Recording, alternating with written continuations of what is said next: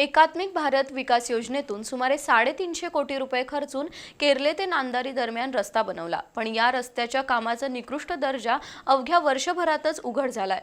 रस्त्यावर प्रचंड खड्डे पडले असून गटारी आणि चेंबरला भगदाड पडल्यानं वाहन चालकांच्या जीविताला धोका निर्माण झालाय।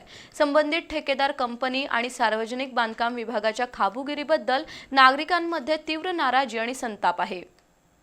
केरले ते नांदारी या 23 किलोमीटर रस्त्याचं काम एकात्मिक भारत विकास योजनेतून पूर्ण झालं।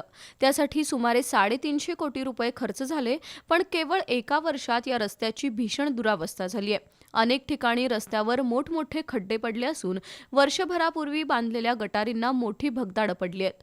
आसुर्ले येथील स्वामी समर्थ मंदिरासमोरील उघडे चेंबर तर अपघाताला निमंत्रण देणार आहे। चेंबरमधील लोखंडी गज उघडे असल्यानं वाहनधारक जखमी होण्याचा धोका आहे। आसुर्ले आणि पोर्ले परिसरातील भगदाड पडलेल्या चेंबरभोवती केवळ दिशादर्शक फलक लावले आहेत। त्यामुळे काही ठिकाणी नागरिकांनी स्वतः पालापाचोळा टाकून लोकांना वाचवण्याचा प्रयत्न सुरू केलाय। विशेष म्हणजे या रस्त्याची 30 वर्षे देखभाल दुरुस्तीची जबाबदारी संबंधित ठेकेदारावर आहे, पण सार्वजनिक बांधकाम विभागाच्या सोयीस्कर दुर्लक्षामुळे केरली ते नांदारी हा रस्ता आता मृत्यूचा सापळा बनलाय।